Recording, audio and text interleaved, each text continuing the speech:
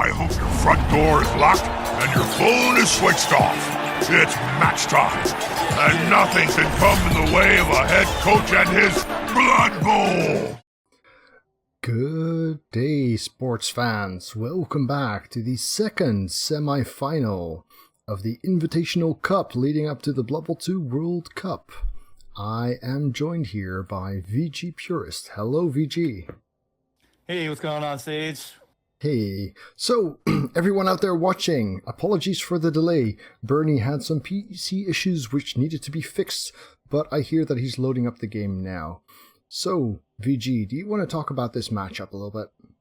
Yes, I do. So BernieBuffon and Pupok, they're both playing human teams, and Bernie, he went with a little bit of a unorthodox, actually had prepared for a Wood Elf team and got two blitzers with Mighty Blow and Tackle for the both of them, whereas Pupok went for a bit of a more, well, you know, a normal lineup with the, three guards, Tackle, Mighty Blow guy, and a block on the Ogre. So human team for Pupok is looking a little bit stronger on paper. However, if the Mighty Blow works out for BernieBuffon's team, then yeah, we might see the same thing that happened to Diamond Lord's Orc team. A lot of injured humans on the other side of the ball. All right, I have confirmation that both coaches are starting the game right now, so we should be ready to dive in straight away. Beautiful. Just to keep everyone reminded of what's going on, these coaches are fighting for a ticket to the World Cup. Bernie has already qualified, which means if he wins, there will be a third place decider matchup for the second ticket. And if Pupok wins, that means he goes through to the World Cup. Together with Arzawain, the two winners from the Invitational Cup will be advancing to the World Cup, where together with 62 others, they will be fighting for up to $30,000 in prizes, including $10,000 in cash and two magnificent gaming PCs, sponsored by Asus Republic of Gamers. The World Cup main event will be held starting July 16th, will last for a month. The semi-finals will be held on August 14th, and the final will be held on August 16th. Now, this is 64 coaches in a straight elimination knockout tournament. That's going to be super exciting. Oh, yeah, I'm really hyped for it. We are going to still be back for the semifinals in the World Cup. So you guys out there, come back in a month from now. We will see the semifinals and the grand finals live once again. This is going to be really good stuff. All right, I see that the game is starting, so we're loading right now, and here we are. Beautiful. Let me see if I can find the game as well. There we go. So Pupok, shown at the top of the screen here, has decided to go with one tackle and lots of guard. Bernie, who's playing from the lower end of the screen, has gone with two Mighty Blow tackles, only one guard, and the block Ogre as well. Yes, and that is the difference, as I said before. It's just, can the Mighty Blow come out and come through for Bernie's team? That is going to be the question that we have to ask today. But at least Bernie does have two Mighty Blow tacklers, so those catchers on the other side of the ball better start counting their days. They will get blitzed. Yeah, the tackle is not that great for this matchup, but simply having three Mighty Blow instead of one might just make a lot of difference. So basically, this is a game between Mighty Blow and guard, and of course between Pupok and Bernie. Yep, so of course in my preliminary prediction, I did say I like Pupok to win this one simply because of the better prepared skills for this match. But that's the difference, right?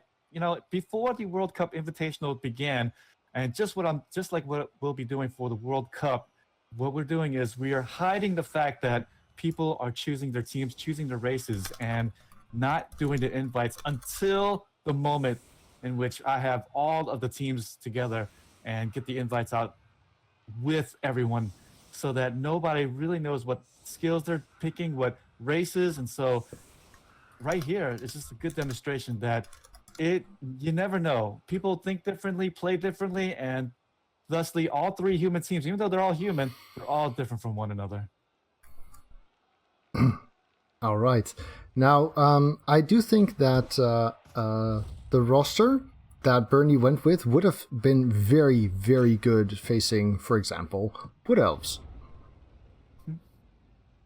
Yeah, he said it himself that he prepared to play against Anarian. So Anarian pretty much assuredly was going to pick Wood Elves for the tournament, and so he was fearing him the most because of his reputation. But now he just ends up with 2 tacklers and 2 mighty blows. So let's hope that doesn't come bite him in the butt. Well, at least the tackle isn't completely wasted in this matchup, as it would have been against the dwarves or pretty much against the orcs. But yeah, it doesn't have as good value, especially 2 of them. Mm-hmm. Yeah, I would have suspected 1, but 2 of them? Wow, we're thinking calcium cast right there. Shout out. Absolutely. Channeling that man right there. Humans versus humans. And even though it's a mirror matchup, we actually had played a all-human tournament at one of the leagues I used to run, and it was quite an exciting game. And so don't count this game out, even though this is a mirror matchup, normally a little bit known for a not so exciting contest. This is going to still be one of the exciting ones here. Human versus human. You just never know what's going to happen out there. All right. Bernie opening with a 3-die blitz, but no armor break against the catcher. Yeah, and that's what I'm saying there. At least it does activate the tackle on the catcher if he gets a defender stumble. So not a complete waste, but yeah, would be nice to see it activate and show everybody, hey, look, mighty blow tackle, guys, it works. Nope. Ogre also not breaking armor, so 4 knockdowns, but 0 armor breaks. That can't make Bernie too happy here. No, it definitely doesn't. I mean, being faced with all of that guard, dealing some damage is really the main thing he has going for him in this matchup. And it's not happening yet.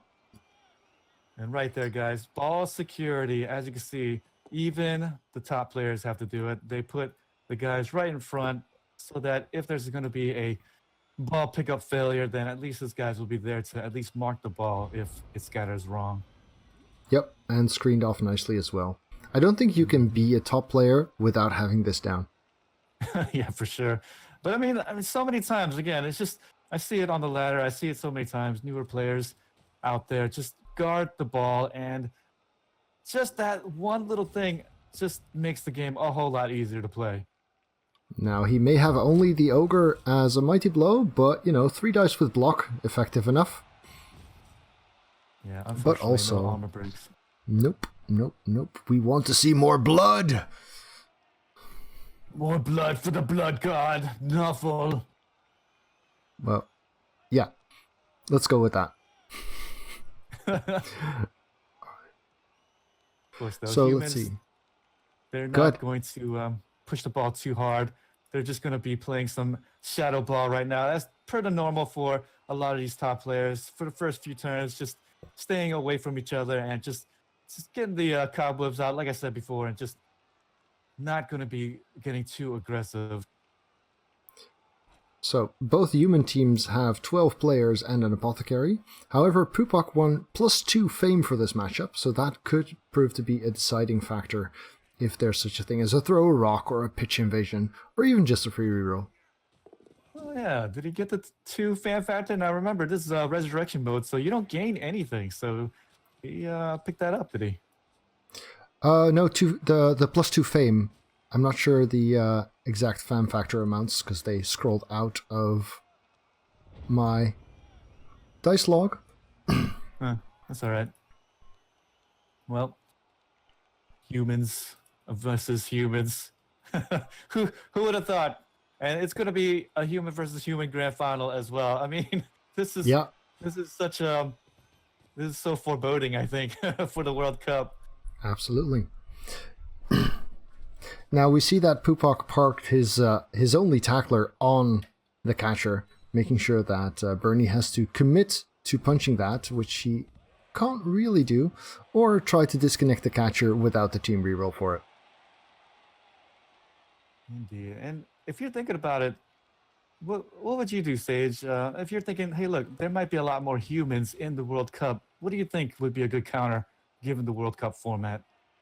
Orcs. Orcs? not that we've seen that today. I think orcs and necro are teams that are very viable against humans. Absolutely. Ah, I think they're a pretty hard counter against wood elves, especially. right. In the chat, we're seeing Brett's. I don't know about that, guys.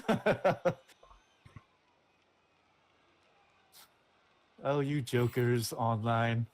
Yeah, the problem with orcs, as Jimmy is saying, is they start off pretty weak with only 4 skill ups, whereas humans get 6. It's only in the later matches, once it becomes more even, or relatively more even, that the orcs really start to shine. Yeah, and that's actually another good difference to mention here. The World Cup, unlike this World Cup Invitational, where they're not getting skills every single round afterwards, in the World Cup you are. And so some teams can actually build up and will be able to catch up in this type of format. So humans, yeah, at first looking great, but then will probably drop off slowly, especially against, as you said before, orcs, maybe even some other teams. Elven teams that can start building up more blodge, and so you need more tackle. I mean, one of those things in which, the getting the extra skills between each rounds really plays a huge role. So it's hard to get there though, because the early games are really skewed in favor of the tier 2 teams, and in this invitational, those early games are the rule set we use for all the games. But once the coach is progressing it further and further, the relative advantage from the tier 2 teams is going to be less, and we're going to see the tier 1 teams that manage to get through the first rounds actually potentially wind up doing better. Yeah, and that's why I'm really excited. I mean, when that was on the table and I saw it, I was just like, oh my gosh, that is so brilliant. Because originally I had pushed for more skills to start off with as the skill sets. But then when that was introduced, I was just like, oh gosh, that's even better than what I had thought about, and was just like, that just makes it to where, the tier 2 teams look great at first, but then the tier 1 teams will catch up, and now it's just anyone's ball game. What I like about the skill advancement rule set is that it gives people who are new to the game, because the World Cup main event is going to bring in a lot of viewers who don't know the game yet, and for them to see that teams do get better over time, that they progress, that they learn new skills, is definitely a big part of what makes Blood Bowl so appealing. And so I understand that the organizers wanted to show off that side of the game. Oh yeah, and smartly so. I mean, just you get the doubles after the first round, then a general, then another double, then a general if you make it to the semis, and then the grand finals. But I mean, it's just a difference. And also the nice thing is we're going to see what the coaches are going to be thinking about in their next match. Will they prepare for the next person they'll play, or will they continue to play generalized skills in which counters, or is a good counter for everything, right? I mean, it's just going to be one of those things. Yeah, it's interesting that you can see your entire bracket already, so you know what the options are to face after your next match as well. This is going to be so exciting, and I can't wait to watch all of the World Cup. I mean, I'm going to be doing it from the round of 64 on until we do it live semifinals. I mean, I'm so excited to see what the coaches will bring, what their thought process is going to be, and how they got there. And so we're going to have much different looking teams by the end of the grand finals. Even if it's, say, humans versus humans in the grand finals, their teams are going to look nothing alike. Yeah, at least I hope so. At that point in the grand finals, a human team would have 12 skill ups on it. That's a lot. Mm-hmm. Now, you are limited to only 2 skill increases per player, but you can still make quite a formidable team with that. But of course, the tier 1 teams are still going to have 10 skill ups, including 2 doubles. So the relative difference from the number of skills will be way smaller by then. Yeah, I really hope that some tier 1 teams make it to the last rounds so that we can actually see that differential shrinking over time. I'm sure we will. I mean, it's going to be one of those things where it's not, you can't count out the tier 1 teams as of yet. Sure, they start off a little bit handicapped, but couple of games later, they will catch up, and hopefully we will see a few more tier 1 teams than tier 2 teams. But we'll see. So far, Bernie isn't making much of a dent in Pupok's team, and Pupok is just, gradually standing in the way, not getting connected, not utilizing his guard until he has to, because as long as he can keep his distance, Bernie's fairly contained right here. Yeah, and actually, he's waiting for Bernie to make his move at this point, and as you can see on the field, he's putting the guard players in the back line and keeping them out of harm's way so that every single time Bernie does blitz with the Mighty Blow Tackler, then it will just hit a guy without skills and not going to be one of the main guys with skills. So not only that, he's basically dictating where Bernie will go. The only place he can go is right where all of those guards are. So making sure that his strength is the side where Bernie needs to go in order to advance. Now we're already on turn 4. Damage has been very slim. And Bernie's going to have to start getting a move on, getting his entire team diagonally leftwards, advancing up the field, which means that the guard and the ogre are actually in a pretty good spot. Mm-hmm. Yeah, the Bernie's team does need to slightly hurry up now, otherwise he's going to miss the train there. But still plenty of turns to play, and humans, they can throw the ball, but of course, you never want to really throw the ball if you can help it, but at least he does have the thrower on the pitch with the ball, and does have a couple of catchers that can catch it. Yep, although the catcher on the right flank is not going to get very far very soon. The catcher in the middle might get a bit of a position, but I don't think he wants to send him all the way forward just yet. Although he does have the ability to get fairly far away from the tackle blitzer that Pupok has positioned on the right flank. Yeah, let's see how well Bernie plays it. He did make it past my favorite to win the World Cup Invitational, which was Shawnee's Dwarven team. So he better prove that he can do it, and prove not only to himself that he can do it, because he's been a little bit down on himself, I'll tell you that much, and he's a good player. Yeah, he's caught a fair deal of flack over the whole situation. But to be fair, it was a tricky situation all around. For sure. I don't think there were any good choices to be made at the time that he needed to make his call. Yeah, we'll see if human teams, if they're going to dominate in the World Cup, and we'll see which one's going to get there today. Missed dodge there. Yeah, that's not going to see a reroll. No. All right. As we said though before, if Bernie does advance on, then there will be a third place match. So at the moment, Diamond Lord is Bernie's biggest fan. So will we see Pupok now getting connected everywhere, putting that guard to good use, or will he try and screen off and simply keep Bernie from advancing further down this flank? Yeah, we'll see how he feels now. Does he get aggressive, or does he just continue to hang back? That's a good question right there, Sage. He does have the ability to put the ogre onto the ball with backup from more guarders, so I suspect, yeah, there we go. Nice, yeah, he's going to sit right there, holding up the line for, put the guard to use. That's why we get it. And now Bernie's going to be faced with a decision. Do I move on, or do I just try to bash back, or just go back? Yeah. Now, if he does dodge out, there is quite a gap on the left flank so far, so Pupok will have to kind of balance his forces between guarding that advance and making sure that the center position is strong enough that he doesn't get hit back too hard. And that's the strategy. Blood Bowl. Yeah. The good thing for Pupok here is that Bernie's ogre doesn't have a way to punch Pupok's ogre because all of his linemen are in the way. And the lack of guard is really coming into play here. Yeah, the lack of guard is really starting to hurt here. If he had guard himself, he'd be able to maybe fight back and maybe punch a hole somewhere. But at this point, he just has to just roll away from the guard. And there's no real easy 2-die blocks or even 1-die blocks that he can feasibly make here. So at this point, it just looks like he's either going to start moving to the left side where he's going to start getting stuck, or move back and just kind of reset the offense. Now, there are a bunch of chain push options available here, but they will require a fair deal of commitment, I think. I don't know if you want to do this on turn 5, but does Bernie want to make the dodge away too? I don't even think that's going to be a possibility either. That ogre is a huge bone in the throat right now.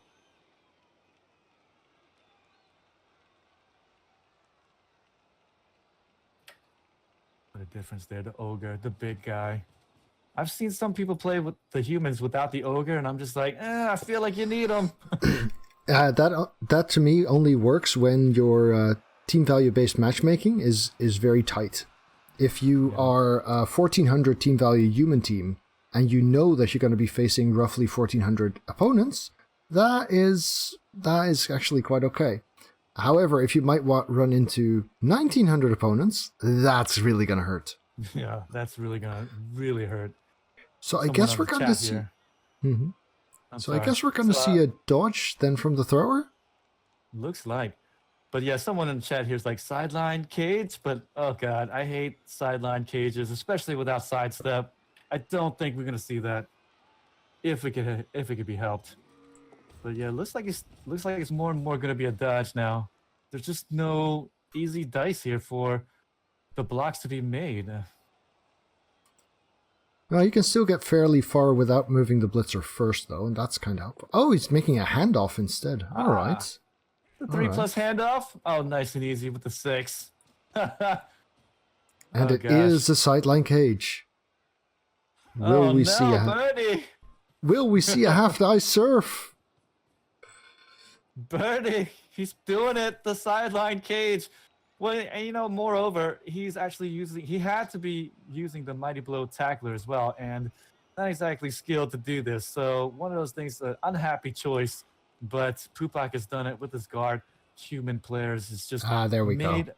Make the humans on Bernie's side make the terrible choice of giving it to the Mighty Blow tackler and not exactly the best ball carrier, and get to the sideline cage, which again isn't a good position. And now we see the strength of all of that guard, because instead of getting blocked after connecting, he's getting disconnected from. And the dodge fails first thing. Ouch. There's definitely a reroll there. But it's not good enough. 1 and 9. So this is guard really, really winning out for Pupok, because all of these punches that he gets to make are because he outstrengthened him enough that Bernie couldn't punch back. That's a really big deal. Here comes the river floweth. It's going to just knock down all the green players. Boom, boom, boom. 1, 2, 3, 4. And then likely a blitz on the catcher, and gonna maybe force this touchdown coming up. This is not such a bad thing to give up the touchdown this early. All right, 2 die used up the reroll and did not knock down. So that's not going to make Pupok very happy. But he does still have 5 players free to move around in the back. He can free up a 6th if the ogre blocks. So he can move quite a ways towards where the ball is, put up enough pressure that Bernie will feel forced to score, leaving Pupok 3 turns for the equalizer. Yeah. And at this point, oh boy, that Mighty Blow tackler there that didn't fall. Oh man, that might have saved Bernie just a little bit.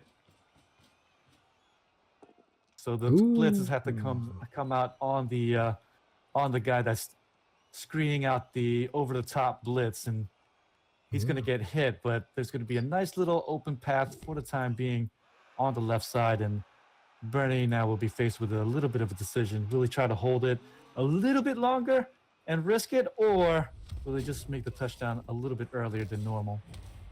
Yeah. Pretty bad block dice this turn for Pupok. I mean, the first 6 dice and no knockdown. That can't be very helpful. But this is still a lot of pressure to put onto Bernie's offensive play. Yeah, he will be able to catch up too. There's another guarder down there as well who can move up and make life difficult. There he goes. There he moves. And unfortunately, no blitz there already being used, and so can just mark up the screen that's holding up the sideline cage there, but This is the reason why I don't like sideline cages right here. It gets Oh. surrounded and suddenly you're stuck. And the option of a quick score is now also being pretty much taken away, or at least made very, very risky. Nice little nifty dodge. Again, humans have to live by the 1 and 9s. And right there, getting away with it and putting up a nice screen here over the top.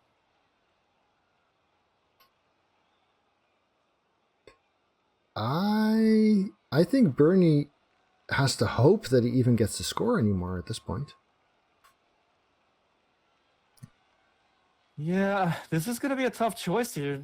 Bernie might have to pull out some stops here to get the score. This is not going to be an easy offense here, and Pupok's trying to think of a way to make this defense even better than it already is. And there's plenty of choices here. He has to kind of choose between the catcher and the screen, although there is a spot diagonally behind the catcher where he would actually be pretty much doing both. Yeah, and that's what Pupok is thinking about right now. Where should he put the thrower at this moment? Should he put it right by the lineman with guard, or should he put it on the catcher, or should he just kind of move him a little bit and just be in range? And it looks like that's going to be the choice right there. Yeah, this is going to be very, very tough for Bernie. I mean, he does have enough movement that he doesn't need to push now, but getting a safe position anywhere on the pitch is going to be very, very difficult to do because this guy's knocked down. Jamie Oberwald here. Vincent has some mobility, but not enough to get relevant. The Ogre's tied up. He's got a lot of 1 dice. Very, very difficult to make anything useful out of this.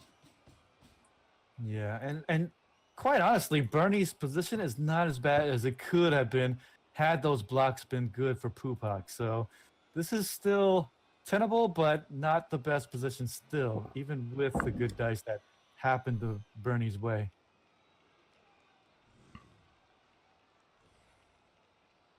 And this is the nice thing, Blood Bowl again. It's just you factor in some things. Yeah, there's some things you may get lucky on, but this is the position you're presented with, and no 2 Blood Bowl games are alike because of it. Absolutely. So now's the decision here. Oh, the Ogre fails to knock down the lineman marking it, making a safe position even harder to accomplish. Yeah, I mean, that's going to be a little bit more difficult. The ball carrier can blitz and create something of a safe pocket here. Ish. But that's ish. But that doesn't get him anywhere. That just means he's got 1 turn fewer to get somewhere useful. And look, and the blitzer, the ball carrier can blitz one of those guys at the top or bottom there to maybe make the sideline cage a little bit safer. But if he gets a both down die, it's not going to be a good case for him. And there you go. Ooh, no knockdown there hurts a lot as well. Though. Yeah, no knockdown. But at least it is just a push and not going to be a both down die where he would have been in an absolutely terrible position. Oh, boy. Well, he still is. He needs a dodge to get safe. And even that safety is not that productive, really. Oh, gosh. He's going to hang by the sideline there on the top. I don't know. This could fall really flat on his face here. This is starting to look like a 0-0 drive to me, which of course is a huge win for Pupok because getting to defend successfully is half a win. Yeah, for sure. This is the dream. If you're playing Blood Bowl, stop the opponent from scoring. But it's not over yet. This is why I like playing humans, I guess. Or the humans are being played. Ooh, missing the dodge there, but getting the reroll. Yeah, I like this, though. This is why the humans are so dangerous in this format, too. They can still throw the ball. They can still be a little bit more, I guess, dodgier. This is a good play from Bernie, though. It makes sure that the catcher, who's screening off the south end of the ball carrier, is less at risk. And that makes him a little bit safer here. But using up a reroll again on the dodge, at least this time he made it. Ooh. And not going to help out there. Bernie's dodges have been at bad. Yeah. And there, the blitz coming all over the top, I think, and then a surround on the ball carrier. What do you think? I think Hugo Advar, the lineman over by the ogre, might actually move up to a receiving position in this case. Because having it sounds kind of optimistic, but having a receiver means that Bernie cannot afford to take as many risks trying to score, because it might just not only cost him his own touchdown, but actually have him suffer a touchdown in return. And we see that the Bernie's catcher there is actually still next to Pupok's tackler, which means he's likely to get knocked down and probably not doing that much. Nope, we do not see a touchdown threat. Now this is turn 6, so he can still do so later if he wishes. Ooh, just a push on the catcher there. That's going to help out with the offensive threats. That's what Bernie needs right there. Somebody to still stand on his feet. That's going to get rerolled. Ooh, he's going to have to reroll that. Defender down. That's beautiful. But yeah, I would definitely say that the receiving threat for Pupok, that is definitely a viable strategy. And I would also say that you've been playing elves for far too long there, because that's definitely an element too. Absolutely. Ooh, the Garter getting next to the ogre there. This is very, very committed. Whoa, I love it. He says, I don't care about your ogre. I really want to try to stop your ball carrier and make things way uncomfortable for you. Yeah, this is going to be a very, very difficult situation. Oh, he had the reroll's already used. He had a beautiful spot to park his ogre. That was great, and it would have allowed him to make a 2-die with his Garter on the catcher out there. But the ogre tripped 1-1-1. Will this be enough to give Bernie a shot at punching through? It looks pretty dire. This is actually a really good thing for Bernie, because now he can actually blitz away the guy that's holding up the thrower, and if he gets a down die on him, then he has an opening to hand it off to the thrower, and then maybe he makes the throw to the catcher for a touchdown. Hey? I've been playing elves for too long. Ambitious. He does have the option of making a surf out of this. A chain push on Iamond Wolf would knock him into the prone guard guy, who would go into the crowd. There you go. He actually frees up the catcher instead with the thrower. Yeah. That looks decent.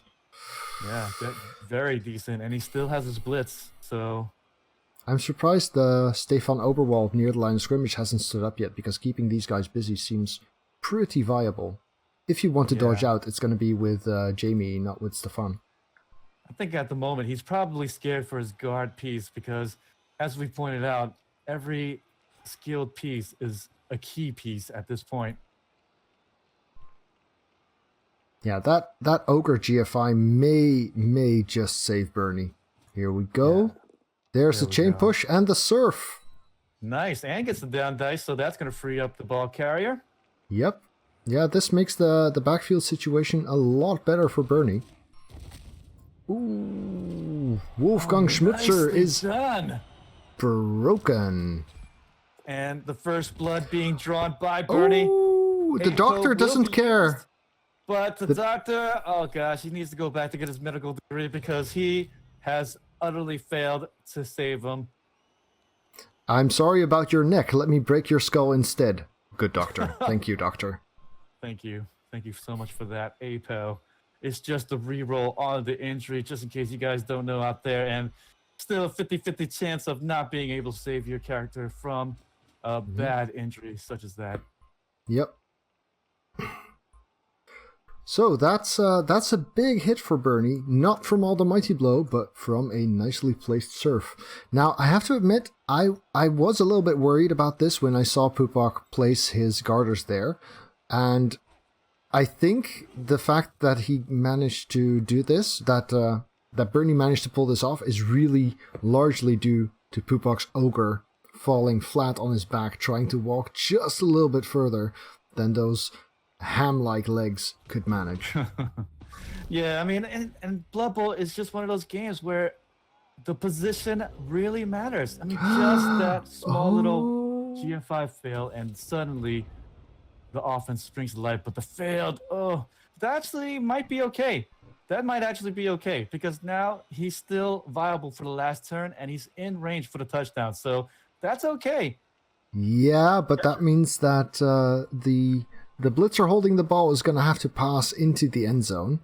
And that's assuming there's a clear path for him to get there, which is not trivial because Arnulf here can be freed up. There we go. Yeah, oh, he's not actually... Huh. Oh. Arnulf is blocking, which means the other lineman here is being freed up. Hugo, is he going to go bother the guys around there then? That's a little bit surprising. Maybe. Even though Bernie did get a little bit of a get-out-of-jail-free card in the last round, this is still not going to be an easy touchdown by any means. I wonder if he's considering the over-blitz. Because that would free up another guard player to get into an important place. Then maybe what he's thinking about at the moment is, boy, does he risk the blitz on Bonehead? But of course, any good player knows you make the 100% moves first. There it comes. And then the dicey moves. There you go. Yes, he will do it. Defender stumbles. Oh gosh. And the noose is tightening around Bernie's neck.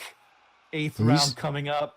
He's still going to need 2 more players to make this decently secure, but he has those. He just needs them to dodge out.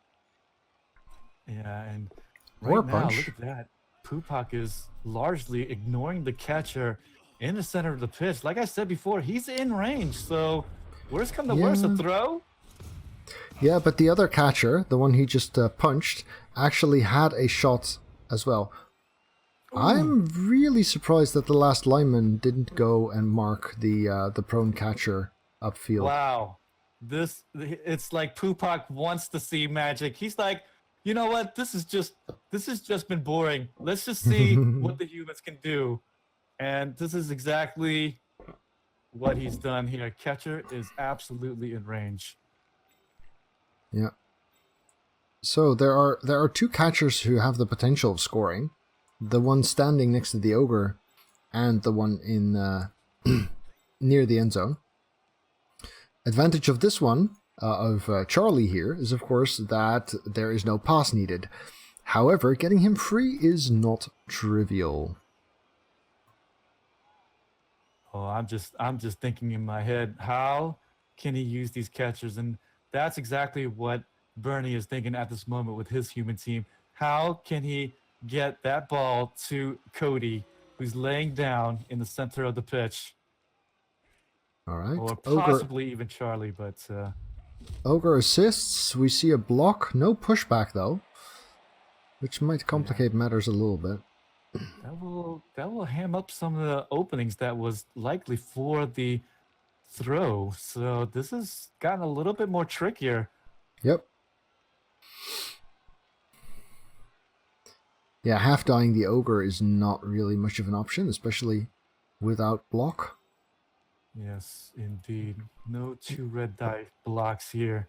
2 red die blocks, of course. Your opponent chooses what dice to be rolled, so that's not ideal in this situation.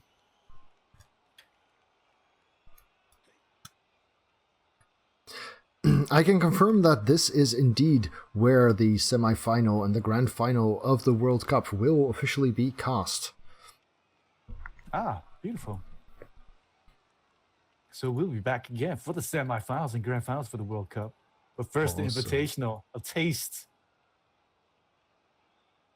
And I have to say, I really like the taste so far. Looks like he's going to do it. Catcher is getting in position, but getting the blitzer out for a favorable pass is not easy by far. This is not going to be easy. One more reroll left, and you would like to keep it for the pass, but not an easy blitz on at least maybe the guard blitzer there in the center that's holding up everything for opening. Unfortunately, the ogre is just in the way. But who's going to blitz that? If Vincent had gotten a knockdown, it's just straight over. Screw it. 5+ pass. Intercept into 3+ fails. catch.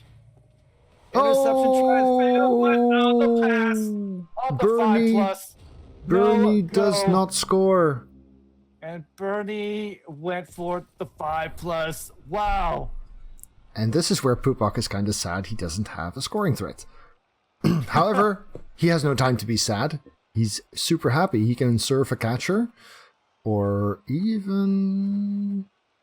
Oh gosh. Trying to channel Nuffle there. I think he did not sufficiently sacrifice enough of whatever Nuffle wanted last night because he had I a think chance. he might. I think he might be able to surf the ogre with some chain pushes. Nope. Never mind. Ah. If he'd started off with Yugo, then he could have pushed the ogre once, and then the ogre could have blocked to push him again. I think there was a chain surf there. Well, Alright. looks like though opting to go with the ogre block, and almost gets a nice little armor break, but just a stun.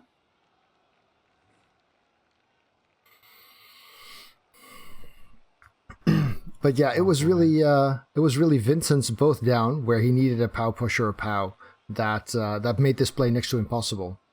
If Vincent had knocked down and pushed, then he could have made a dodge for a blitz, get rid of the Garter, which would have given him a much easier passing option.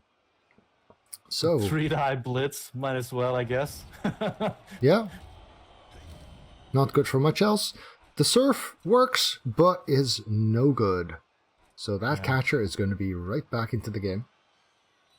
Well, I mean, at least Bernie will be happy going into the second half here. Even though he didn't score, at least he did take out a guard blitzer. And the apothecary. Yep. So, and Pupok's human team will be without a apothecary for the next half. So any more armor breaks, and Bernie does have 2 Mighty Blow players, no, 3 actually, and so he could end up winning the armor break situation. More stuns there. That is very true. We're going to halftime.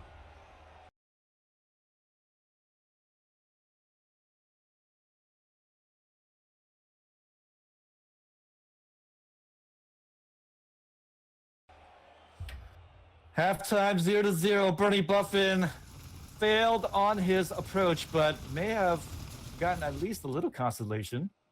So we'll see how he wants to play defense. Yeah. Now he does have more Mighty Blow, but because of the vast amount of guard difference, well, it shrunk because there's 1 guard removed. A little bit. But still, 3 guard versus 1 is 3 guard versus 1 is going to mean that Pupok probably has the opportunity to throw a lot more blocks. On top of that, he's receiving, so he gets to throw the first 4. I wouldn't be surprised if Bernie fails to outbash Pupok too much this half, and that Pupok winds up scoring turn 16. Morton, the answer is yes. We are winning.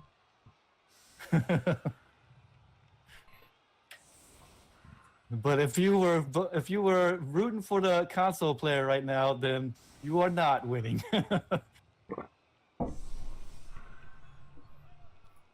Currently, though, Pupok is at a slight advantage here to win the game, and he just needs to score it and run out the time to realize his advantage, his slight advantage at this moment. So this is looking good if you were a Pupok fan.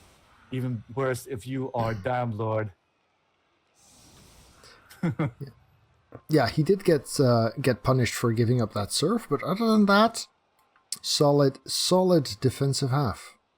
Bernie's gonna struggle. Yeah, we'll see here.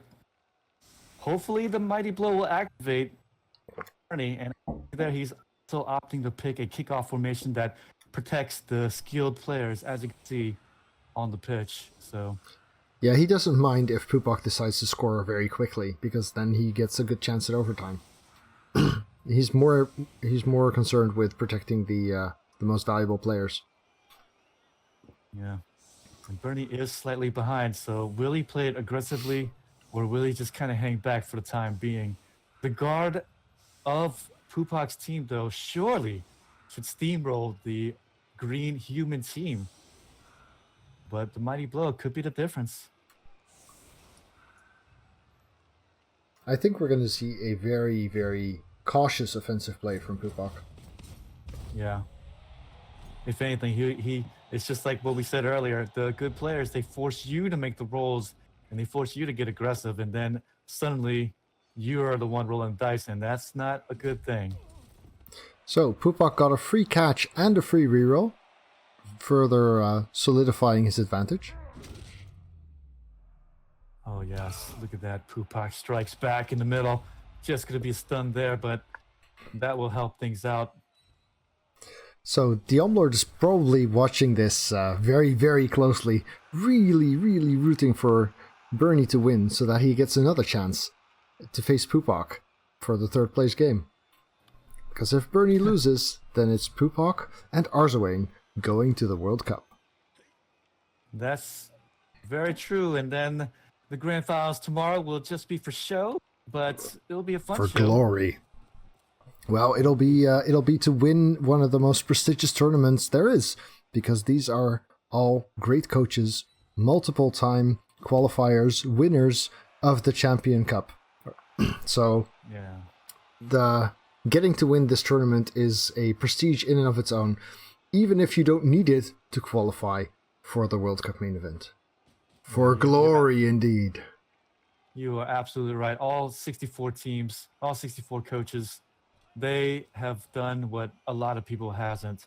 I mean, even before this, there was World Cup qualifier events going in. So, I mean, it has not been easy whatsoever for any of these coaches to make it in. Yeah, I mean, personally, I think I've played about 24 qualification games over 4 different leagues, and I got just through because I couldn't have lost a single game more there in the playoff phase and still qualified. So it was a very, very close call, and I'm really looking forward to getting to play in the World Cup. Yeah, and it is going to be a single elimination, and so there's going to be a little luck involved. And sure, there are going to be 32 coaches that will be eliminated by next week, by the end of next week. But I mean, it's just one of those things where you can't just hang your head low. It's going to be one of those things where it can only be one. There can be only one, indeed. Mm-hmm. Pupok playing it soft again. Yes, Bernie is hanging back. Looks like, or either that, or his PC has crashed. Oh Hopefully God, it's I hope not the latter. Or perhaps Bernie has fallen asleep. No, it's There moving. we go. There he's moving, guys.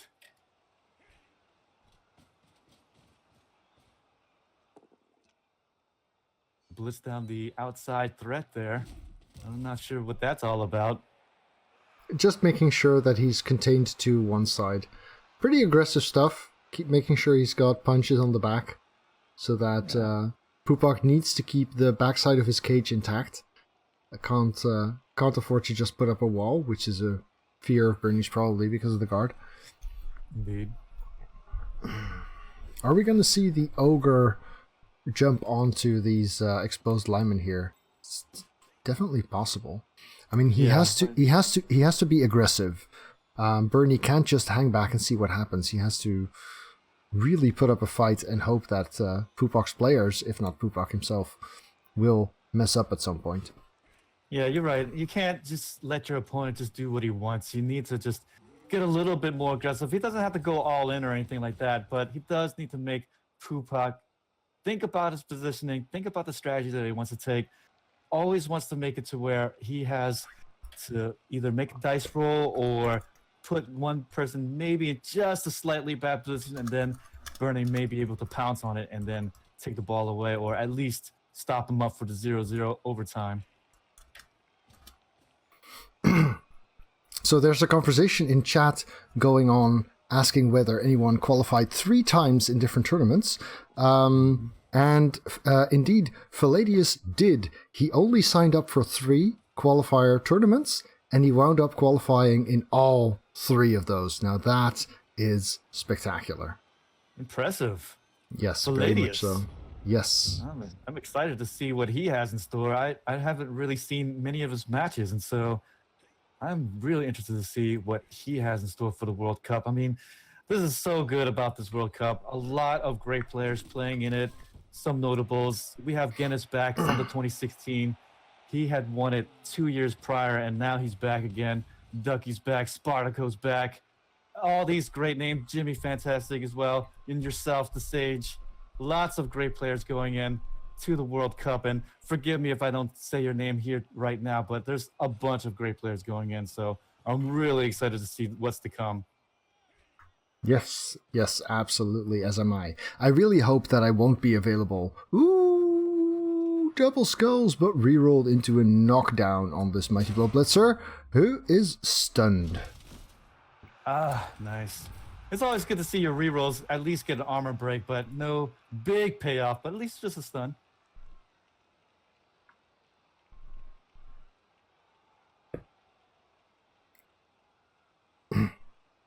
Ogres. I love it. They're facing off against one another in the front line. Who's going to blink first? Some pretty spread out play by Pupok here. Doesn't want to commit to one side too much, I guess.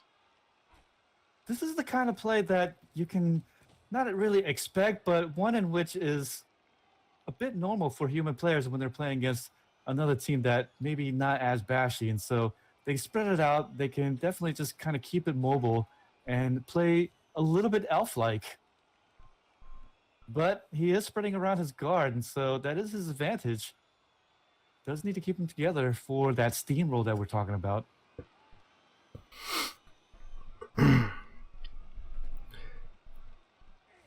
Well, he doesn't have to hurry, of course. I mean, he's got 6 more turns after this one.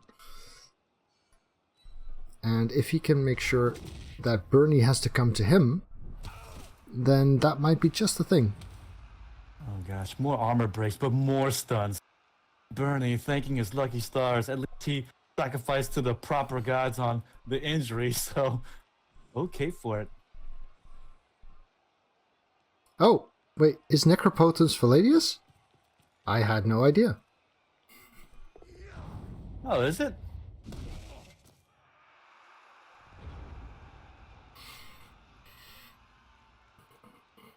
I think he might be tongue-in-cheeking it.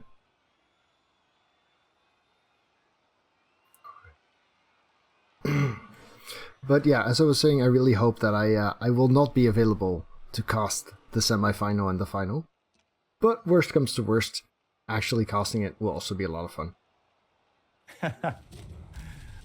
Yeah, I mean, it's going to be loads of fun. I mean, I remember 2 years ago we casted together, and that was loads of fun as well. And so more Blood Bowl action, more of these games. Oh gosh, I really couldn't have waited for the 2018 to come any faster for the World Cup. And I knew months in advance, and I just had to hold my tongue for so long, not announcing it. But man, it was so difficult. I was just like, oh, thank God there's going to be another one in 2018. And a lot of people were kind of speculating, oh, are they going to wait every 4 years maybe? But it was instead 2 years. And so I'm really happy for that.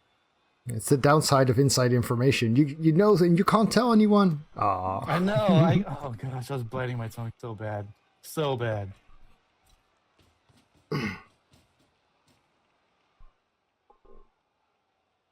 Necropotence, I will believe anything you say, good sir.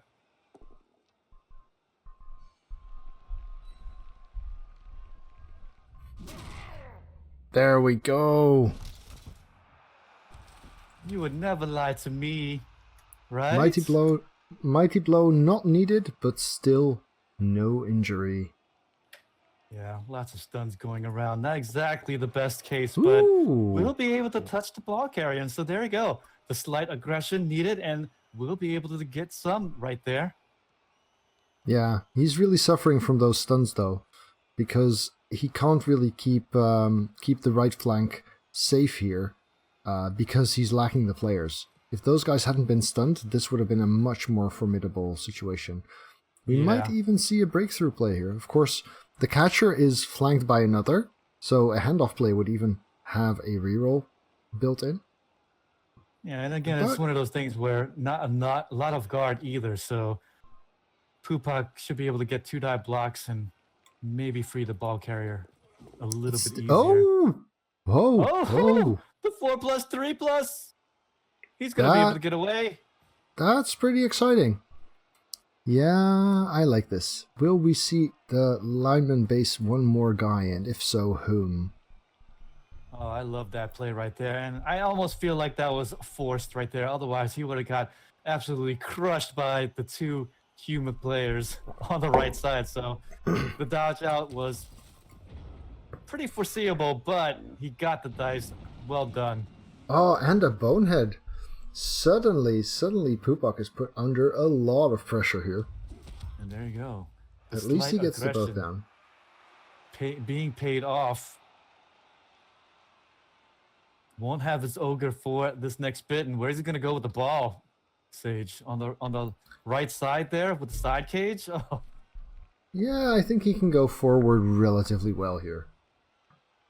I mean, the tackle is out of commission there. The guy who blitzed can still assist a block there. Nicely done. Yeah. Oh, more defender down. Oh, that right there, saving Pupok alone.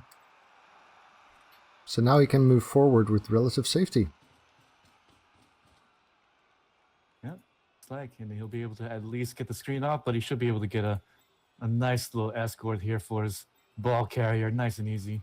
Provided his catcher manages the 8 out of 9 dodge. Or a punch, I guess. Yeah, the punch is gonna be coming, but does need to get an assist on. It's catcher on catcher in the backfield there. Yeah, but even a both down is good enough to prevent getting that catcher blitzing him. Yeah. If his ball carrier moves forward enough. That's if Pupok wants to do a 1-die.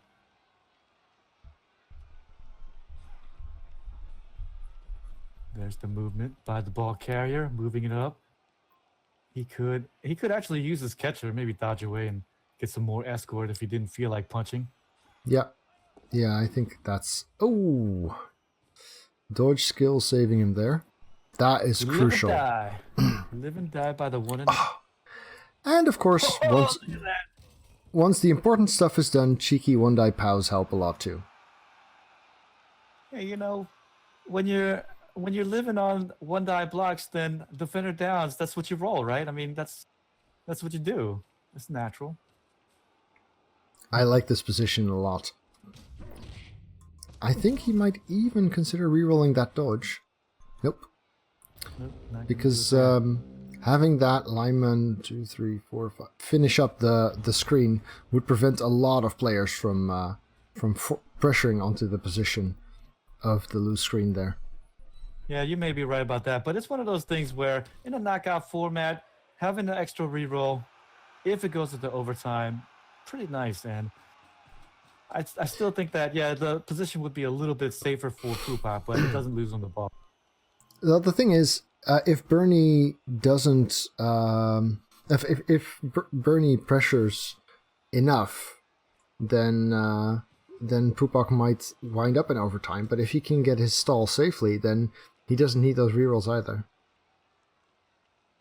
Yeah, looks like Bernie, though, does need to pressure the ball carrier, at least make him score early if he's going to give up the score. But at this point, I don't think you need to think about that at the moment. Just wants to get to him and at least get the ball out of there.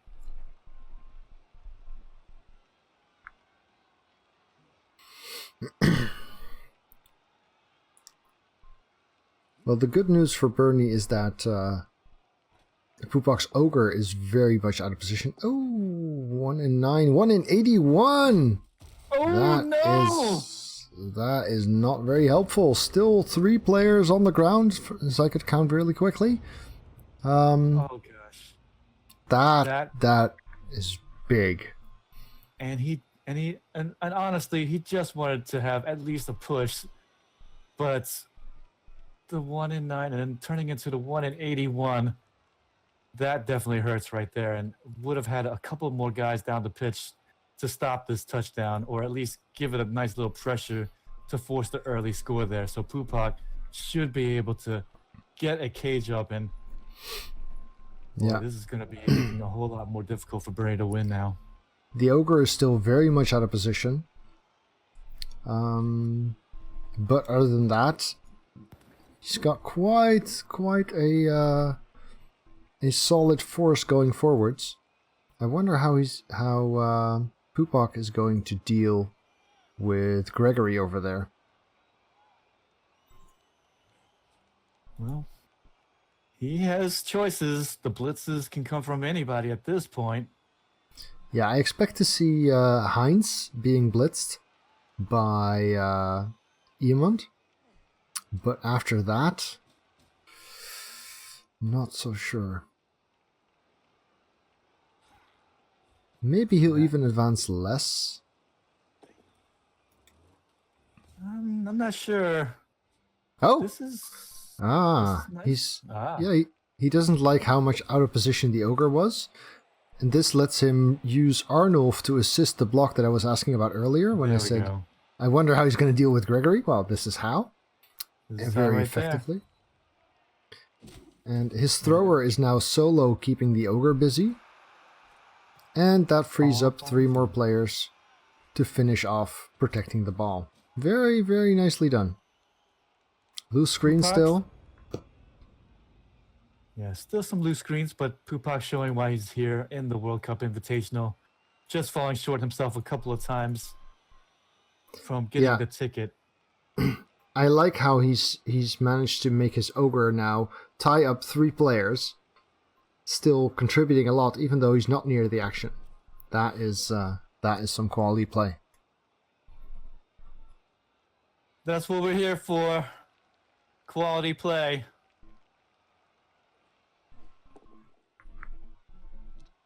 Yeah, definitely, as Jimmy has pointed out, probably should have done the safe moves first and then do the block, but boy, ooh, death injury. Murder!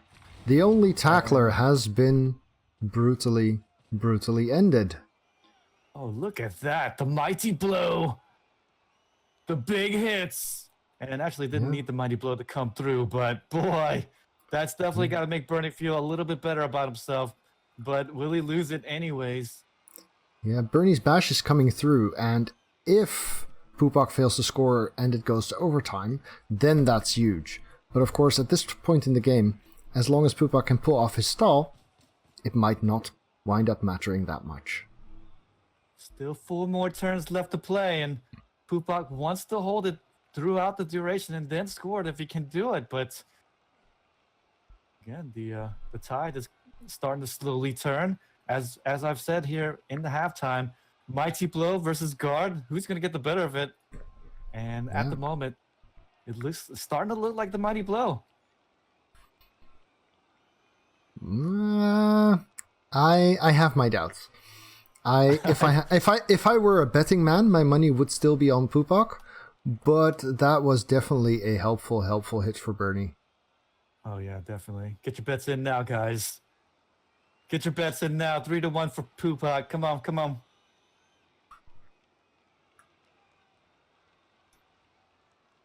Yeah, he could choose to just trust in his defense, but he is 2 blitzers down. So he's down to 10 players in total. Yeah, this will make the hold a little bit more difficult, but at least the ball is in a more advanced position. Only 1 or 2 green players in front of him. Not a huge deal. Can get by. Maybe put up a side cage, worst come to worst, and then get the touchdown in the later bits.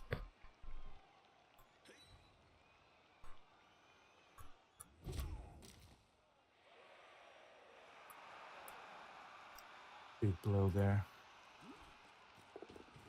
On the thrower. There's some extra pressure. Away. There we go. Humans again.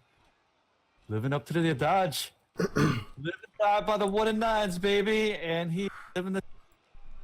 Okay, this makes the stall a lot harder. Those 2 dodges are very, very important.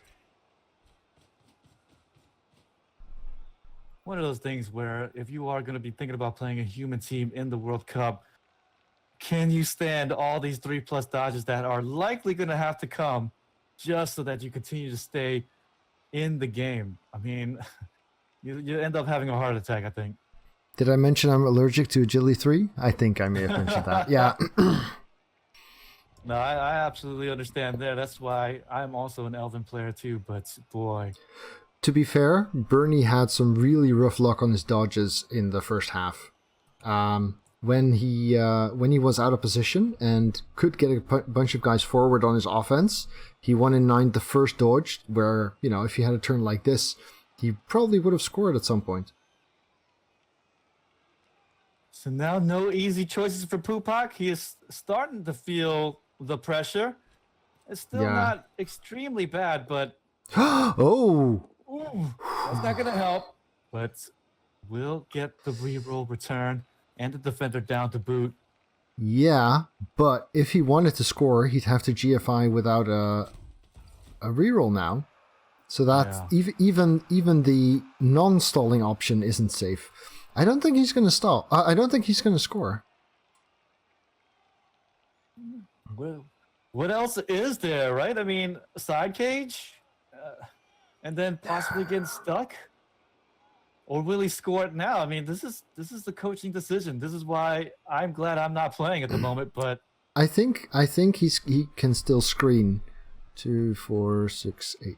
I mean, this catcher Dieter can get like 4 squares forward, which means he screens off this flank, and then between Harkot and Iamond, he can basically form a 3-man screen with his ball carrying catcher in front of the.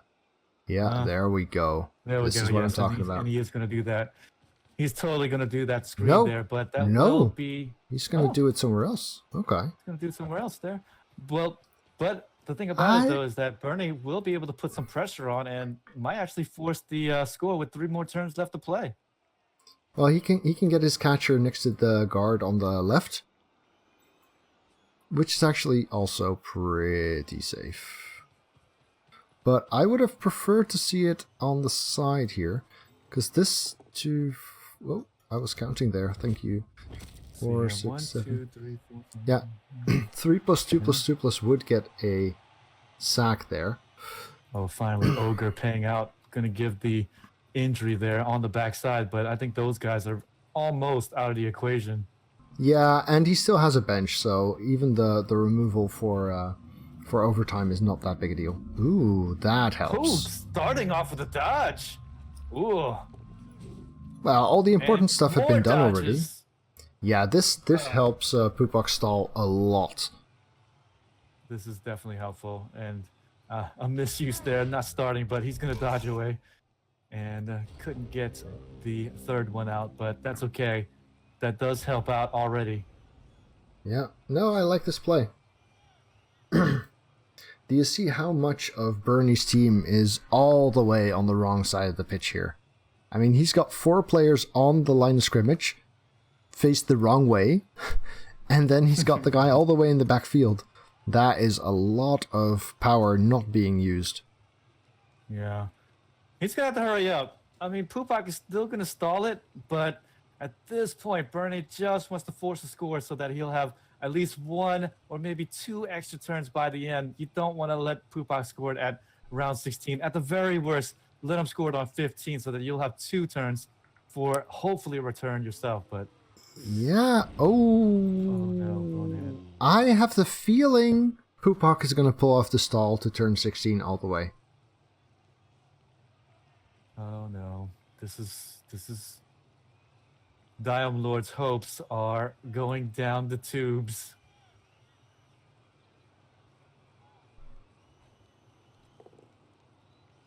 Oh, and there's a 1 in 9, and no knockdown on the reroll. Oh man, this is Bernie is in trouble. The human players on the pitch are crumbling. They got the bonehead. Gonna use up the reroll resource right there. Would have been better served on the dodge that's gonna be likely coming. Boy. Yeah, I think he could have done better with more pressuring instead of I don't see why this Mayblow tackle blitzer is still out there, for example. I mean, he's needed more than as a scoring threat or whatever.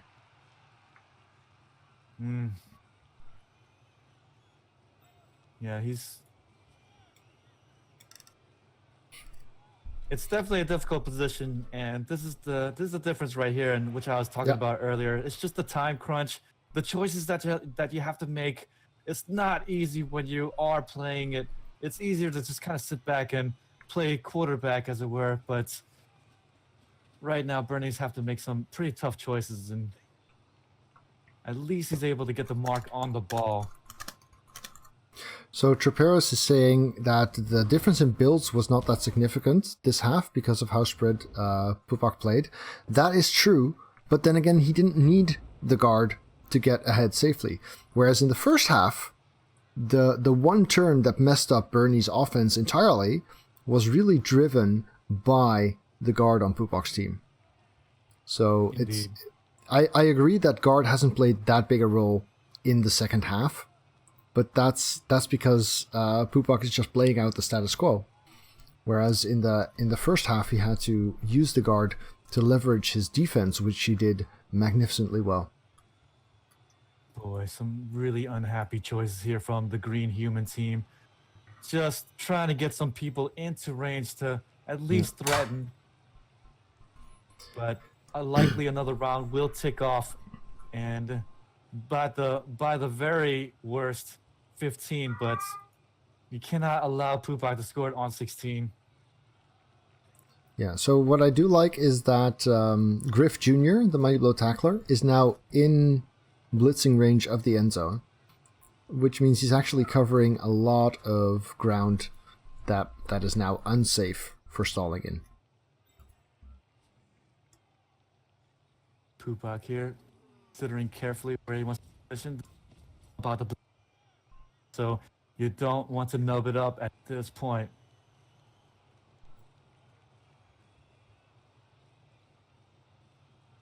Needs to make sure the pressure is off from the ball carrier. Yeah, I would expect Emond to blitz the ball carrier free, and then for the ball carrier to hide in the bottom left corner, screened off by Emond and whoever is able to dodge. Oh, this knockdown is super helpful with that.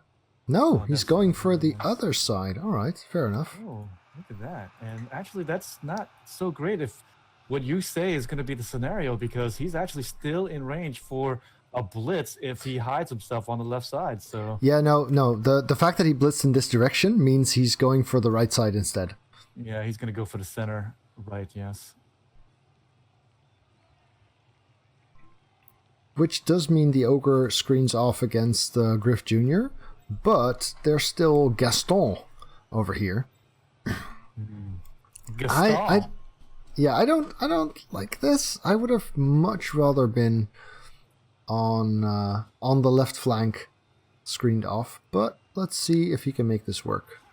Yeah, indeed, he will screen off here to the right side, and Bernie can only just pressure this on the 15th round to ensure the score, but... Well, not too soon. Turns. Not too soon. Ooh, almost. Getting a little dice there, but we'll get the return.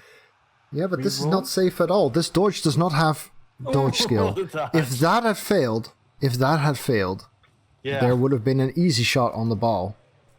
I mean, this tackler here, Gaston, is the reason I didn't like him going to the right flank. On the left flank, he could have been safe from Gaston without rolling too much dice, and safe from Griff, but with a single dodge. Yeah. Indeed. Yeah, that's... Well, you know, sometimes risk is the business. True.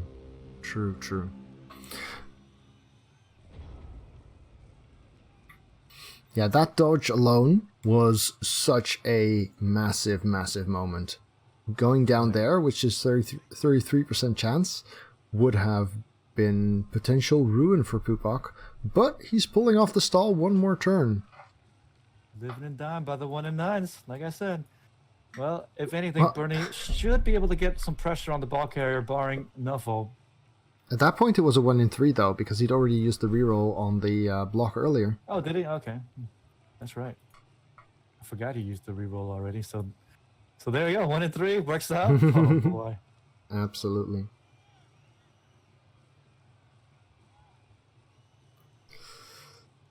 So, will we see a 5+1 die magic play then? Nah, I don't think so. I think blitzing through, putting pressure in, flooding as many green players as we can at the ball, forcing the score. I think I'd be tempted to. Oh no! What's that? Oh, a chain push. I like it. Chain push. Yeah, Look at that. he gets the tackler to punch the catcher there. Bernie.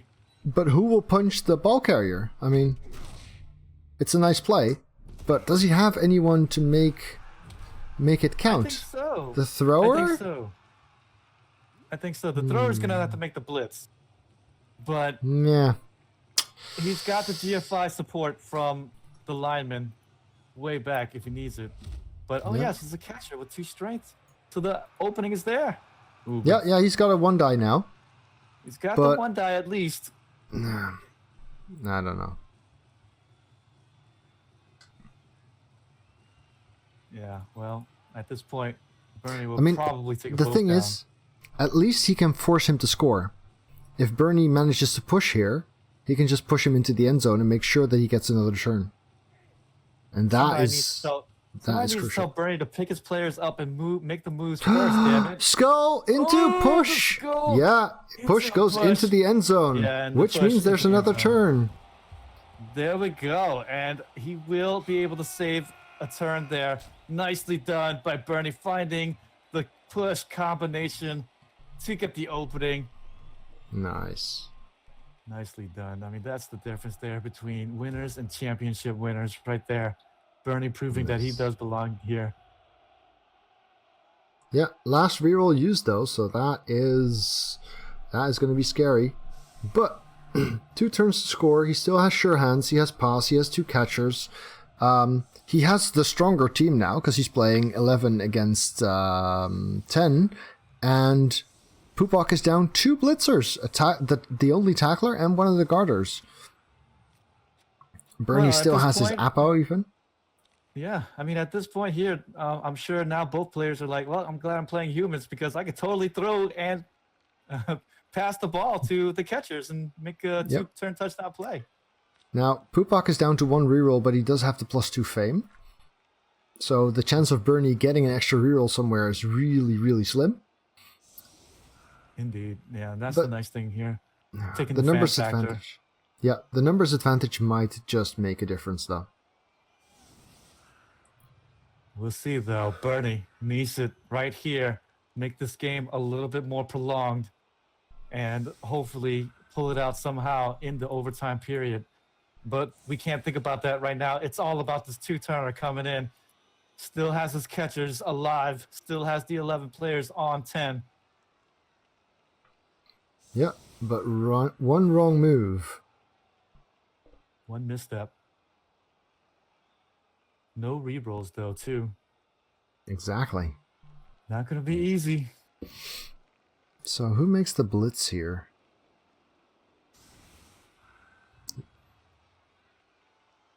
Is he gonna blitz through that lineman instead of through the thrower? I don't see why. I mean, if you happen to get Pupok will get the roll. Yeah, extra fame. reroll from fame. So helpful. Yeah. Ooh, good value on the block ogre nice. there. Hey, that's why people were saying, hey, get a block for my big guy now. Oh, luckily he did. I would like to see someone cover the ball before this blitz. Nah, he's got the catcher still. And if this is a turnover, then he's done anyway. Ooh, defender down, opens things wide open there. Just right of the center. Now he has an open. I like both it. Of the catchers are free. I like it. I believe he's also in range. No, yes, he is just in range as well. So yeah, only 1 GFI. he should be able to get there with the thrower, pick it up, and then get a little screen off, get a little safety net, the throw and the catch. Not every day we're gonna see a throw play, but here we go. This is the beautiful thing about a KO tournament. We're gonna see people pull out all the stops, and this is it.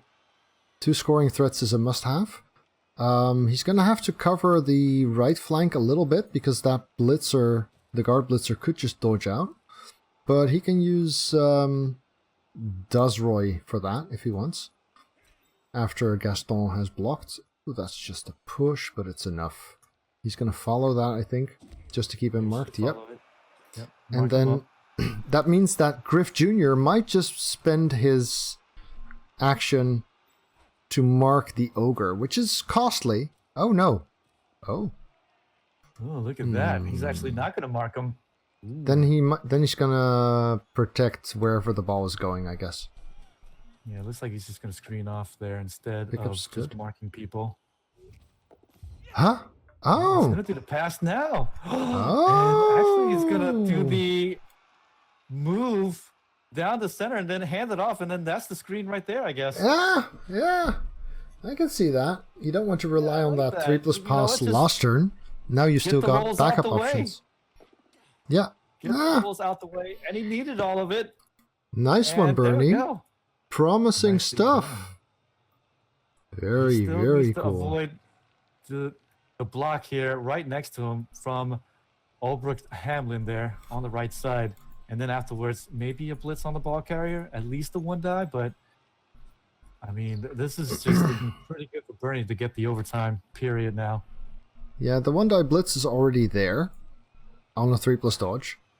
And this thrower could mark the catcher with 1 GFI, and then the 3+ gets him at 2. Oh, now that matters. That matters a lot. Man. I like this. I mean, it's risky. Yes. For a no reroll play, this was super risky. Wow. All the dice, Bernie. Good stuff right there. By the end, he says, "You know what? You're right, guys. I need to mark up that over." Does this is going to overtime? This is, barring Nuffle, this is likely going into overtime. Now, there's still some plays here for Pupok to get the 1-die blitz at least, but it's not going to be easy.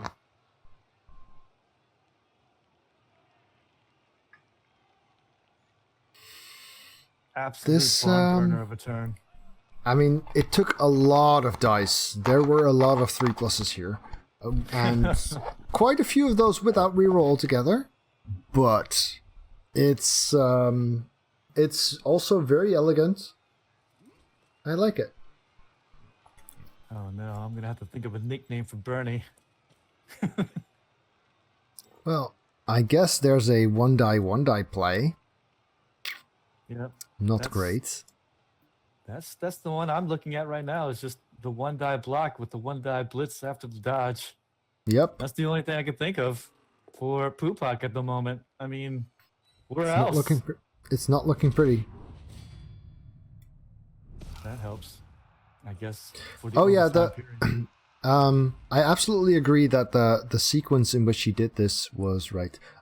There was a KO, ogre punching KO, and of course the apple was used because getting another player for overtime. Into a 50% chance of just letting them have a 10-on-10.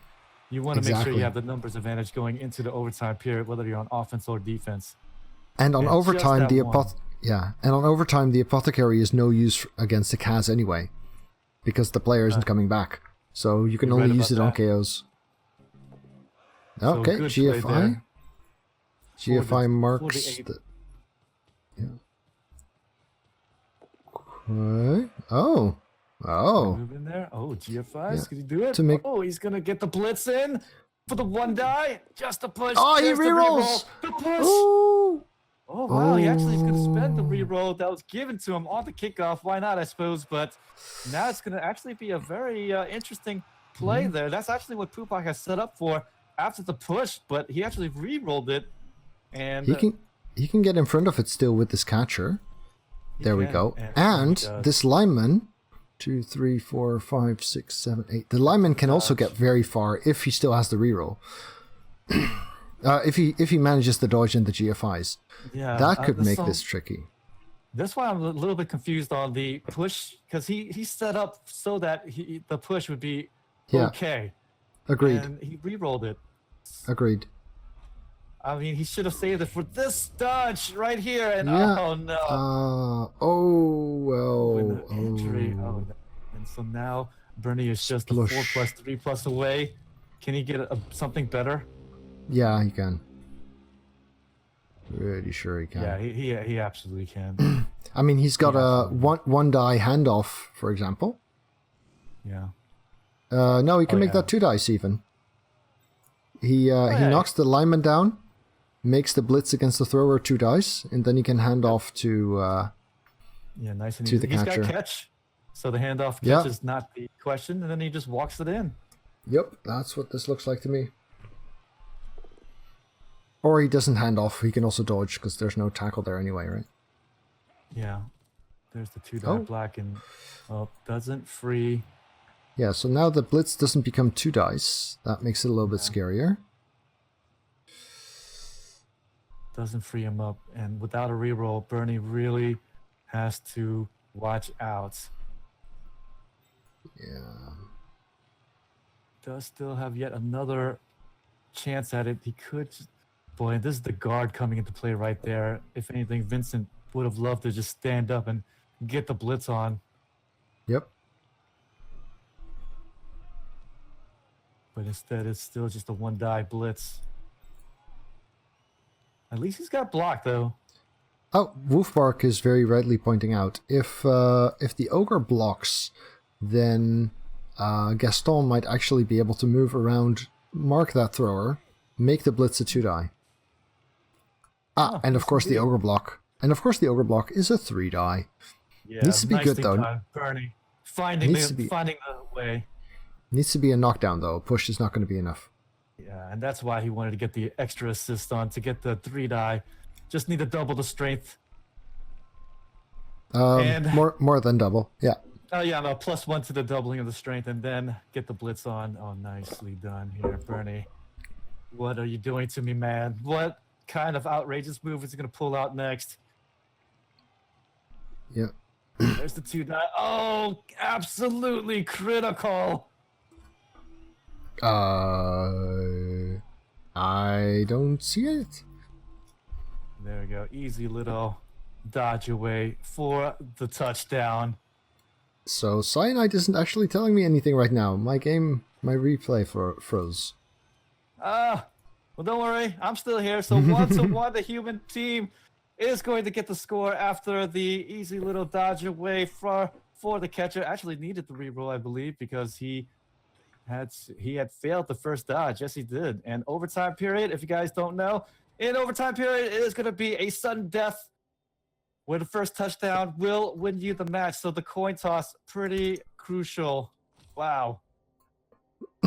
Well, good thing we were not at any crucial point when my replay froze.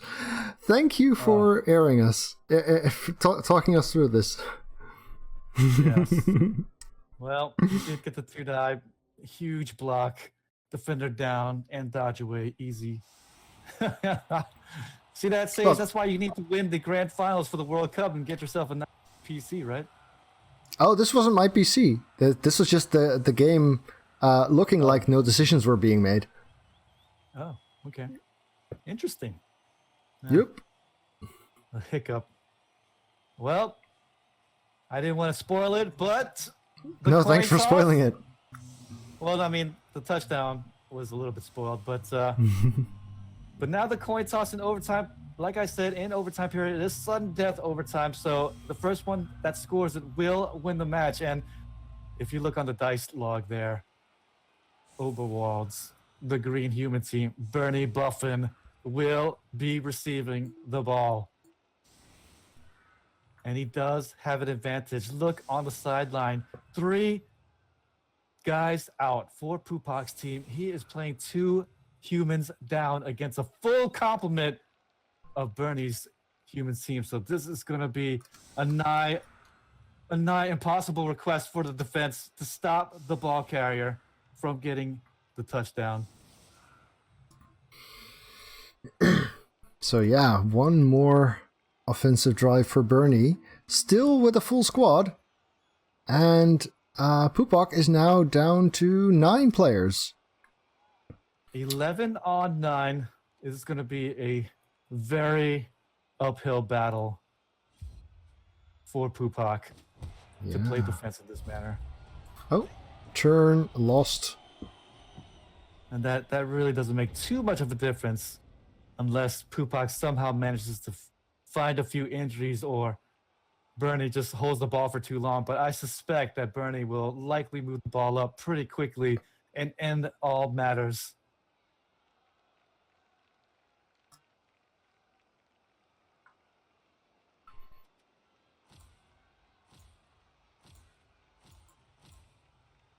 Oh, I guess we can go back in the replay and see that. All right, I'm just going to briefly look at those last moments. Sure, I'll stay on the game for now and let you know if anything happens. So, as expected, moving up, 3-die, 2-die, knocking him down, and then he's got the option of handing off or dodging. Chooses the dodge, and gets the touchdown. Lovely. Beautiful. Nicely done by Bernie, opting to go for that, and huge 2-die block as well. Or 2-die blitz, I should say, and then the dodge. Championship moments come with championship plays right there, and that is tremendous. Can we get back to the present? Yeah, and so far the ball kicked pretty deep, and so you're good. Thank You you. need to just catch up. And I believe Bernie sees what's going on, so I think he's holding the ball for a sec. Yeah. Thank you.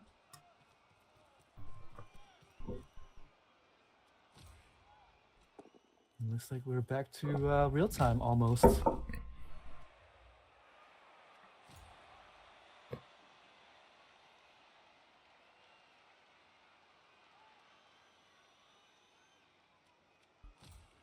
All right. So we see Bernie blitzing. 2-die on the catcher. No tackle, even though he's got 2 of them, but knocked down all the same. Gotta love that. Both down would have been good as well, but gets the beautiful defender down. It's always very nice to see the big, huge yellow star. Yeah, a bit surprised about this play, though. If you know your drive is going to start with a blitz on that catcher, why not use one of the mighty low tackles? I guess he wanted to get the hits on the front line instead.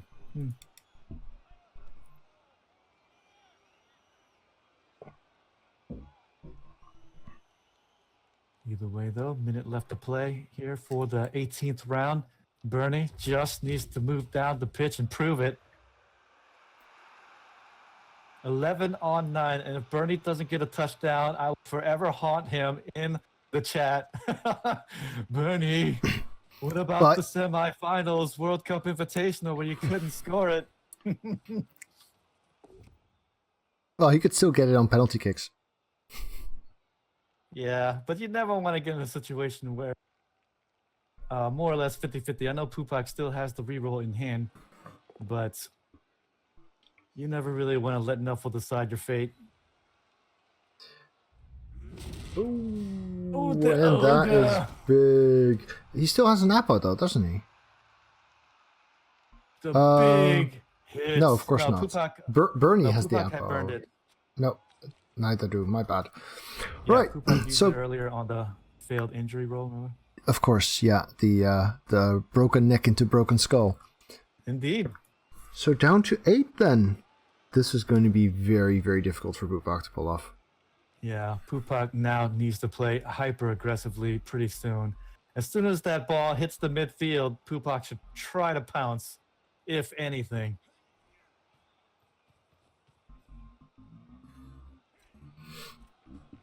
Yeah, he's going to need to get like 1 or 2 removals very soon And that's not how we do that. I guess the ogre is gonna take... Ooh, okay. Forward. Aggressive. Fair enough. Now, I would expect the ogre to go play with the 2 tackles at the center, which would leave the thrower to play with the ogre, and the other guard slightly out of position there. Yeah. Okay. Yeah.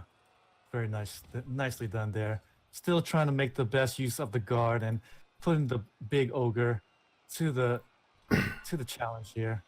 Yeah, it's just very, very sad for Pupok that he has to leave Bernie's ogre completely unattended. I mean, Yeah. some of those He's not 4 worried about him players, catching the ball. yeah, some of those 4 players would have come in couldn't handy. be happier. Yeah, you know, he's having a little party here. He's having a go, Bernie, go, you big man, you. So apparently during the match, Dion Lord did not realize that there might be a 3rd place playoff. So only after his friends heard us cast and say that, did he realize that he wasn't out of the running for the World Cup yet. So that must have been a very happy post-match moment for him. No risks. Yeah, he didn't know that. So afterwards, we told him in chat, and he's like, "Oh, really? There's going to be a 3rd place if Bernie wins? Well, then I am a Bernie fan." Direct quote. So, goes for the push instead of the both down because he really wants to serve that catcher. And that's a really great play into another 2 die. At least should get the push unless Nova has other ideas, and he doesn't. There we go. Oh, and it just makes the game so much easier. 11-on-7, and this is not a store you want to visit. Wow. And a POW on the catcher.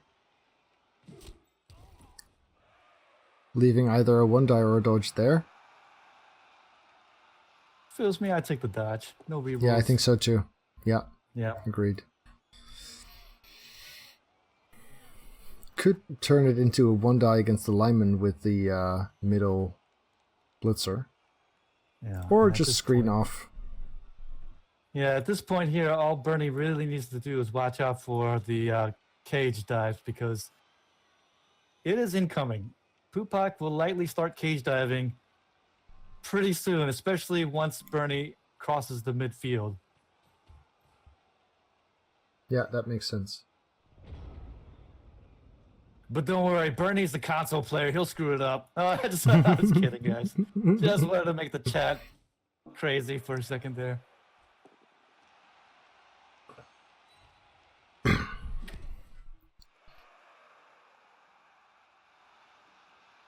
So, I think we're going to see the Ogre blitz and get connected with the ball carrier. He has to. Yeah, there we go. Beautifully. Oh, both down and then a GFI, I guess, right? I think he needs a GFI to get... Oh, once again! Oh my gosh. Oh, that was... He's not going to reroll it there. awful. Disgusted. Awful.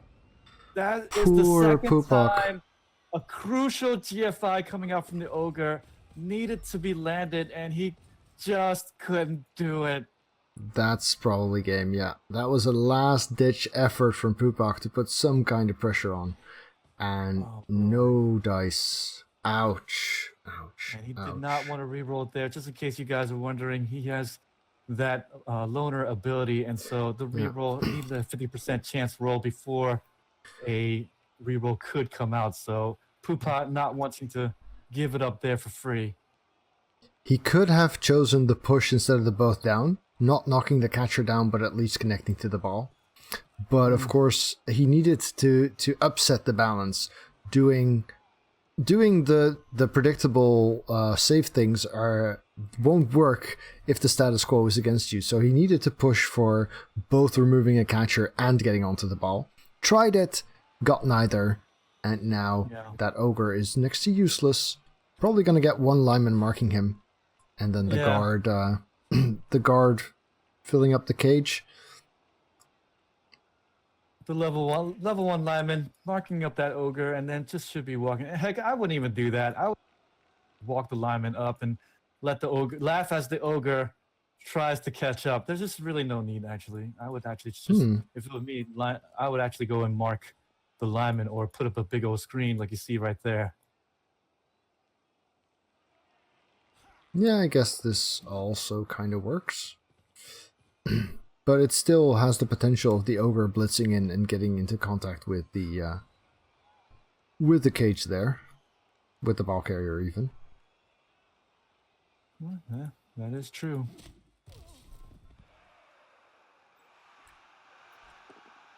Yeah, well, he still could move the guy in the back there, so he can just step him back one, and then now there is no danger of the touch. Yeah, doesn't though. Oh well. But yeah, you're right. Diagonal back. Console players, damn him! But yeah, Gregory going one step back and to the left would have actually prevented the ogre from getting into contact. But you know, console players.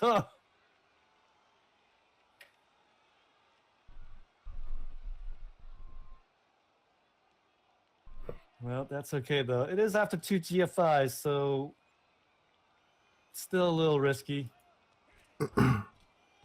But yeah, it would be the best move I think for Pupok at this point. Yeah, so we're gonna discuss with Nathios how he wants to do the third place decider game as well as the final of this tournament, and it's one of those rare situations where there's actually more riding on the third place decider game than there is on the final.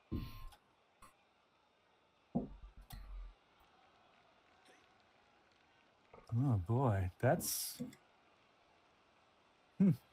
well, I mean, it's all about the schedule now. I mean, this is a little bit last minute, and so we'll just have to work it out, I suppose. Hopefully, the third player, the third place match will be before the actual grand finals. But I suppose somebody winning a ticket might actually be more exciting. Huh? I don't know.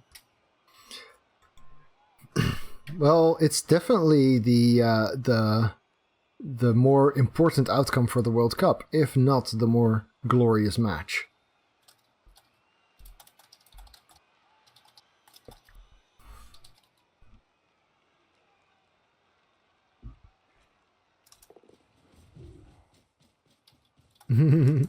Hey there, Art. No, I agreed with the family that they would vacate the premises while I did this stream.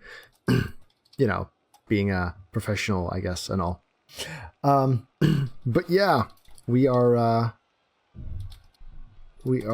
in my living room, back where I used to stream from, because there's construction noise. So didn't want to bother you guys with all of that. Well, the ogre does make it in there after the blitz, and so he's touching the ball carrier. And this is what Pupok needs to do at this point. Just make it look good and try to at least stop this touchdown with the little players he has left. But he's doing a good job of it. Yeah, Gregory being one square to the left of where he is now would have helped a lot to prevent this. But it's probably not going to be enough. The ogre is still free. The catcher could mark. Hein Fritz could blitz from below. Or that. Yeah, the nice thing about being up in numbers is that, hey, we got lots of guys to help assist with this ogre. Got an ogre problem? Oh, he still got the blitz with the mighty blow from the line of scrimmage. I knew that. So, good Plenty enough. Of humans to go around. Push will do. Yeah, no stand firm yet. Ball is free. Yeah. That blitzer's not going any further. Nope. Don't want to risk it with no re-rolls, but yeah, he just needs to conduct the 2-die block with an assist coming up right in front of the ball carrier, and then he doesn't have to. He doesn't have to. He could sideline cage with the 3 players he has free, and then do the 2-die assisted by the ogre. But of course, that sideline cage is scary because that catcher could 6+ half dies. Yeah. That's about the scariest thing for Bernie. Yeah, he definitely don't want to end up side caging if he can help it because of that scenario right there. He'll I definitely don't do think the 2 red die blitz. I don't think he can help sideline caging here. Yeah, I think so. I think you're right. I think he can't help it.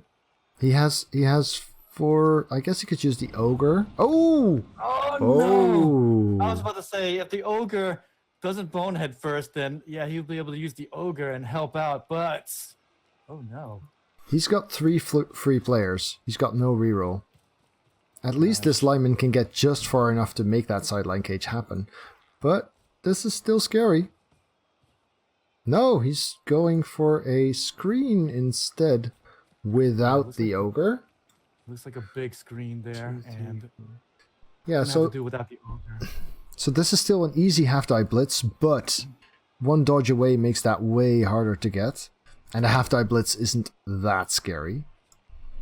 Yeah. Well, at least it won't be a surf, though. Exactly. Exactly. So that's the difference. But, oh boy, he almost was better off not moving to ogre at all, but... Actually, yeah. Now that you mention it, yes, he would have been way better off.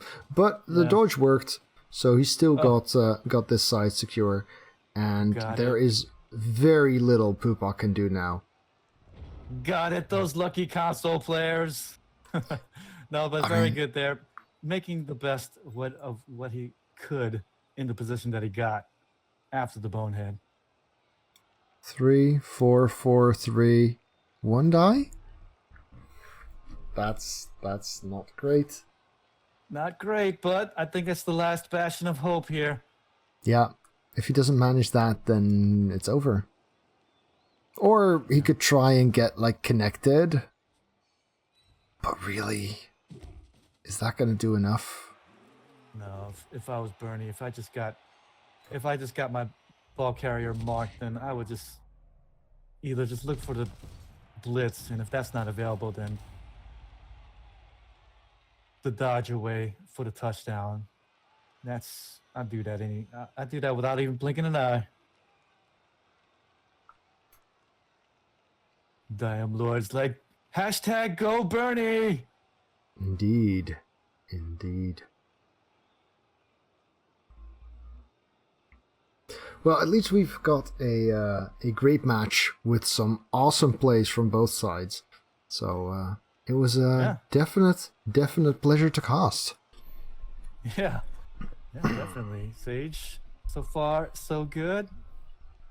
And we will be back for tomorrow, guys, for the grand finals and looking like a 3rd place match for a ticket between Pupok and Diam Lord. So if this touchdown is true, at least. Yeah, so expect that to come tomorrow between 3 and 5 p.m. Paris time. So that is between 1 and 3 p.m. UTC. Oh, here comes the dodge and... Dodge. Oh, using the last reroll there. Okay. We'll be able to get there. And so here comes the crazy dodges into the 2-die blitz, it looks like. No, that's a half die. Oh, no, unless the lino here does it. 1, 2, 3, 4, 5, 6. Yeah, so that's a 5+1 die after a 3. No, it is the catcher. Oh, okay, so it's going to be the catcher. 5+ half die? 5+ is good. He's going to get the 5+ half die into the 2 red die block. But unfortunately, just going to be a pair of pushes on the red die. At least it's going to be pinning the catcher, but... Bernie does not have a reroll. Remember, Bernie does not have a reroll. But it is going to be... It's not detrimental. He is pinned at the for this moment, but he should still be able to get a 2-die block afterwards because if this catcher just goes and take away the assist from the lineman, 2-die block here from the lineman himself. Yeah, that catcher's getting marked by the dodging lineman in 20 seconds or so. 20 seconds. We're going to see the lineman mark the catcher. That's the only play. Well, the ogre still... Oh, no, he doesn't. Doesn't get it. Pupok. The So ogre still catcher has the did potential take to away the help as assist well. there, and then after that, 2-die block. All he needs is a push, and Brutal. wow, only Nuffle can save Pupok now. 3, 4, 5. Yep. 1 in 27. Yep. Yep. Yeah, and as chat has pointed out. What? Was that a blitz? Did he blitz did, with but the... it doesn't Well, matter. It doesn't really matter. It's actually safer.